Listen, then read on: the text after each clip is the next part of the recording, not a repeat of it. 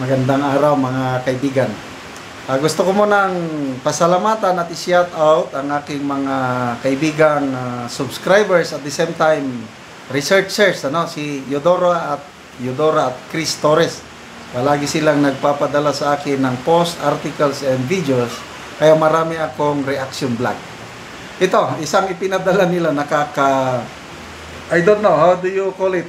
Nakakadismaya, nakakalungkot, nakakatawa. It's a charity boxing match between General Torre and Mayor Baste. I don't know kung sino yung unang naghamon ng suntukan. Not sure, baka si Mayor Baste. At ito ngayon ang tugon ni General Torre. Charity. So, manonood ba kayo? That's enough. Ito na. Maraming mga kababayan natin ngayon na nangangailangan ng tulong na naapektuhan ng bagyo at baha. So maybe this is a very good time para sa isang charity boxing match. We can do it on Sunday sa Araneta. Actually pwede. Seriously, it's okay. Maganda yung pang charity, at least makatulong kami ni Mayor Baste sa ating mga kababayan na sa landa. Ang proceeds nung ano man ang dream, sigurado maraming manonood dyan eh. So we can do a charity boxing match. Maybe 12 rounds in Araneta Police. This coming Sunday, pwede.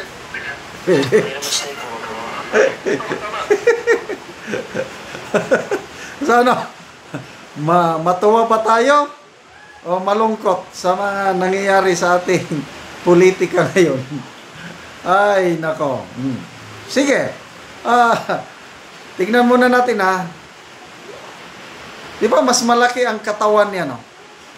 Mas malaki ang katawan ni Mayor Baste. Maskulado eh. Mas maliit si General Torre. Okay? Tapos, I hope this is just a joke, Kasi ang pangit ang dating. Kaya lang, pag nagkatotoo, aywan ko lang kung suntukan.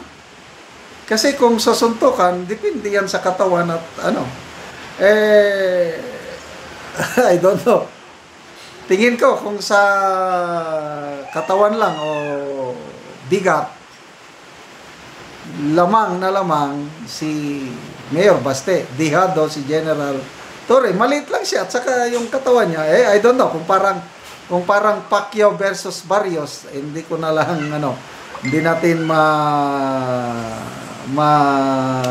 mabilitel o malitin si General Torre. But ito, grabing, kung sa Bisaya pa, nagdumot.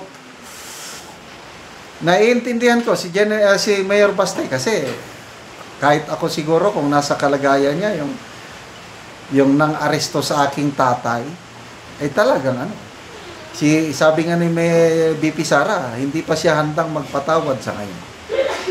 And I believe yung puot, galit, hindi ko may describe kung ako ang nasa kalagayan ni Mayor Baste. Grabe. Kaya ganun na lang makapag-bitiw siya ng ganyang salita na hamon suntukan. Basta ang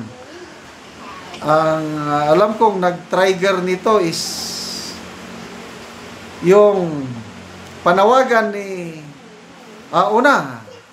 parang may pahayag si General Torre na mga DDS walang utak, something like that.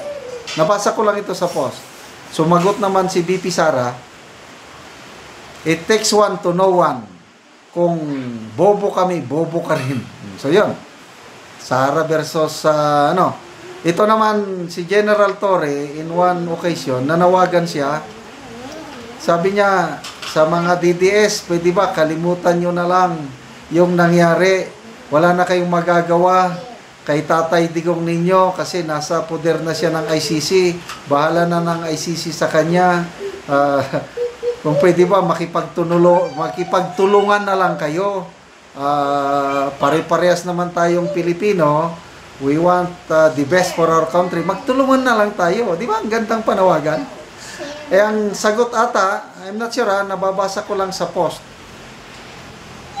masama yung Hindi ko na lang banggitin. So yun, hanggang nakapag hamon itong si Mayor Baste na suntukan. O yun, kinagat naman ni General Torre, charity boxing match. Pasa lang tayo sa mga comments. Michael Del Asol, sabi niya, any proceeds will go to saan? Sabi ni General Torre, para sa mga biktima ng baha. Jojo, Sir Jack versus Aura. Agere, Hipos, Tioy. John Ray Gimalan, no? Grabe to. Kita na lang, boxing Torre, sibog pa'y puting nako sa imo. Ay Jaho so Samiliano. Guapo versus Skeleton Face. Basin abog, raka sa kinomo ni Mayor Baste, Torre Ringkao. Yan, laki ng katawan ni Mayor Baste. Nung surfer pa siya, nakita ko yung build niya talaga. Yung kanyang abs. Grabe. Every woman's dream. Woman's dream.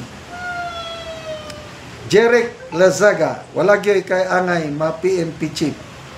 Malala ko tuloy yung si Senator Jingo Estrada nung na-appoint na PNP chief. Anong comment ni Senator Jingo Estrada? He does not deserve it. Masyadong mayabang. Sobrang yabang ni Torre na maging PNP chief. Anyway, si General Lacson naman, Senator Lacson, deserving daw dahil firm, decisive, mission-oriented si General Torre. John Ray Gimalan, pagpatuli sa Torre, basin half round, raka, taman. Pikon si Torre, ha ha ha. Ele Pole, ang matatalo itatapon sa Taal. Clyde Nosa, kana Torre, sokle si Mayor Baste, sokle yung labanan. Sokle si Mayor Baste, boxing. Di bitaw ka alkansi og mga guba ang dagway kay guba na daan. Sira na daan, sira na in advance ang mukha ni Torre, lalong masisira. Yan ang sinasabi dito. Mike Kilel, ako kay Baste, sisiguruhin ko na basagin mukha nito ni Diwata. Anyway, I hope joke lang ito. Parang joke ni Secretary John Vic Rimulya, mga abangers, mga biktima sa bagyo. Pampagod vibes na lang. Hindi maganda itong mga ganitong pangyayari. Okay, salamat mga kaibigan sa inyong pagsubaybay sa ating channel. Nakakatulong kayo ng malaki sa tribong Talandig ng Bukidnon. Dahil ang sweldo natin sa channel na ito, pantulong sa tribo. Namimigay tayo ngayon ng mga yero at pako para makapagpatayo naman ng mas maayos na tahanan ang tribong Talandig. Panoorin nyo ang video na ito. Ang natabangan na maugsin. So mag-atop na yun niya karon.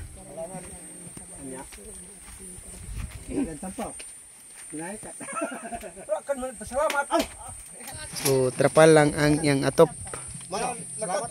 So karon mo na ni ang atop ni Angkol nga trapal lang, so karon mag-atop na ni siya.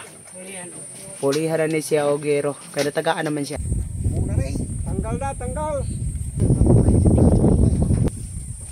So muna ni ang itsura sa iyang payag ni Angkol.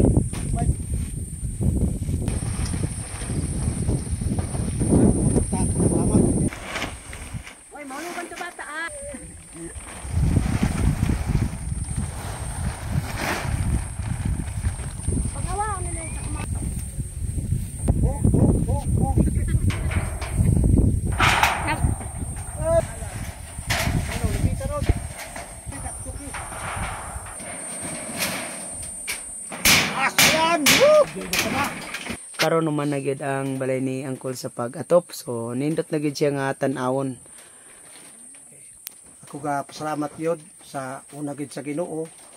Salamat nga natagan na gid ko og sin ako nga maatop. So akong pasalamatan og akong mag-ampo kanunay nga ang sponsor nga matagan og mayong panglawas og dugang kadasig sa paghatag sa mga sin sama sa ato gyapon nga kabalay. Oo. Daghang salamat. So, dagan ka. Pila naman tukol ka kuan tong imong giatop nga trapal, pila na to siya kabulan? Wala pa nagbulan. Wala pa nagbulan pag-atop. So, mga duha ka semana. Mga 2 ka semana. Oo, niabot na dahil ang sin. Oo, so dili na to siya mo lahutay. Dili na malhutay ka apit na gani may kibagyuan napit na.